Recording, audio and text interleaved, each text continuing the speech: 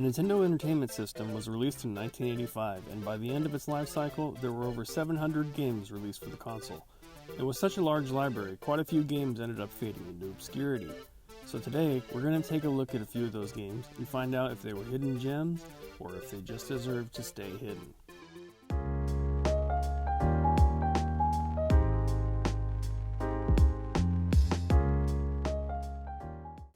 First up is the Adventures of Rad Gravity, an action platformer developed by Interplay and published by Activision. The first thing you'll notice when you boot this game up is the terrible menu music.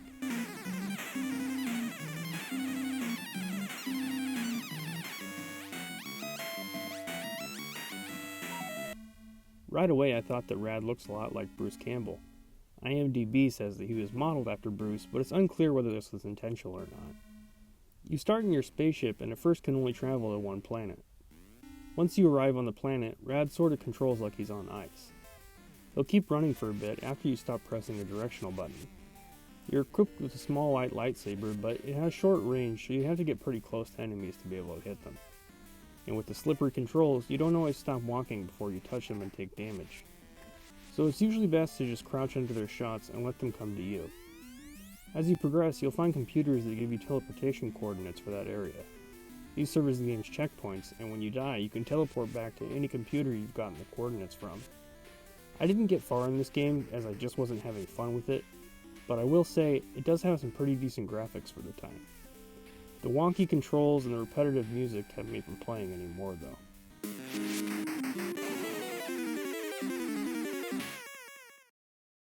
Next we have Toki. It was originally developed for the arcade by TAD Corporation and was later ported to the NES by Taito. You play as Prince Toki, and when the game begins we see Toki's girlfriend Miho captured by the sorcerer Vuki Medlo, along with Bashtar, the ancient deity he released from imprisonment. Before Toki can do anything about it, Vuki Medlo uses his magic to turn him into a monkey. Now stuck as a monkey, it's up to Toki to rescue his girlfriend and stop Vuki Medlo from restoring the evil Bashtar to his full power. The game starts at a scrolling screen showing all the levels coming up like in Ghosts and Goblins. Toki has the ability to shoot balls of energy in 8 different directions. He can also jump on enemies to damage them, or just to get a little jump height. Some enemies drop coins when killed, and 50 of these will get you an extra life. There are also various power-ups you can collect to increase the size of Toki's shots, or change them to things like multi-shot and fireballs. Picking up a helmet will protect your head from damage temporarily, and shoes will make you jump higher. One notable change from the arcade version is that Toki now has hearts and won't die in one hit. You make your way through 6 levels, doing things like climbing on vines and jumping over chasms. Most levels have a mid-boss and a main boss battle, which usually just boil down to shooting them and avoiding the things they throw at you. One of the most interesting bosses is the one on stage 3, who will actually throw up the word burp at you.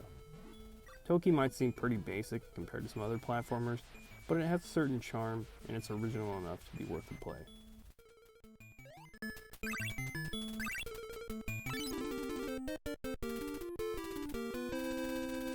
The third game in this list is Princess Tomato in the Salad Kingdom by Hudson Soft. It was originally released on Japanese home computers and ported to the NES in 1991. Princess Tomato is a text adventure game in which you navigate the world, solve puzzles, and complete quests by selecting the commands on the side of the screen. You play as Sir Cucumber, and your goal is to rescue Princess Tomato from the evil Minister Pumpkin who kidnapped her. The music in this game is actually pretty nice and reminds me of Kirby.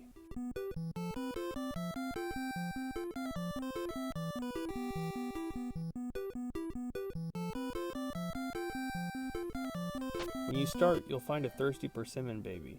Getting some water from the lake and giving it to him will make him your sidekick. I'll tell you his name is Percy, and you've got to go save the melons from the farmies. The graphics in this game are pretty impressive for the NES and make good use of colors. The majority of the game you'll spend talking to people and examining the environment to find clues about your next objective. Most of it plays like one long fetch quest, with the exception of the battles, in which you play rock, paper, scissors against your enemy, or as the game calls it, Finger War.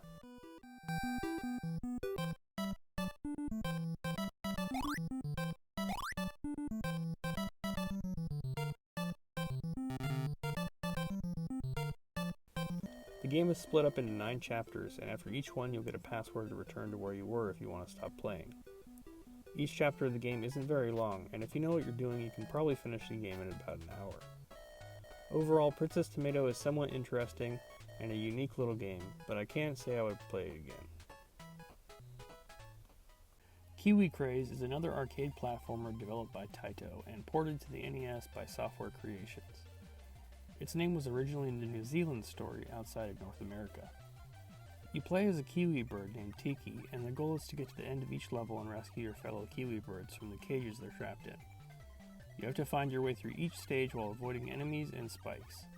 There's also an invisible time limit, and once it runs out, you'll be pursued by a little demon who will eventually catch and kill you.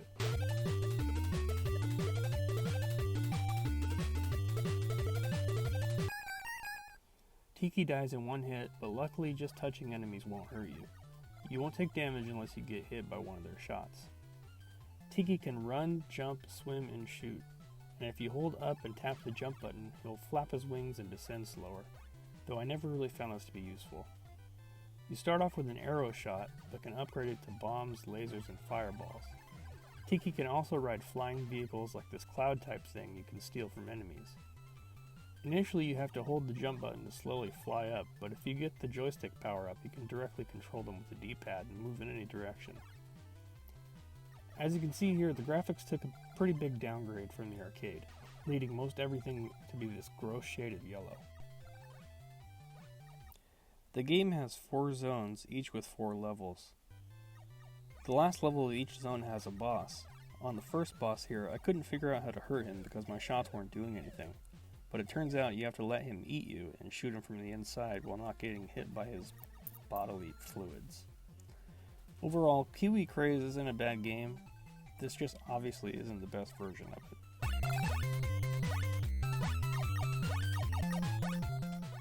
If you found this interesting, subscribe to my channel because I plan to be making more videos like this in the future. Thank you guys for watching, and I'll see you all next time.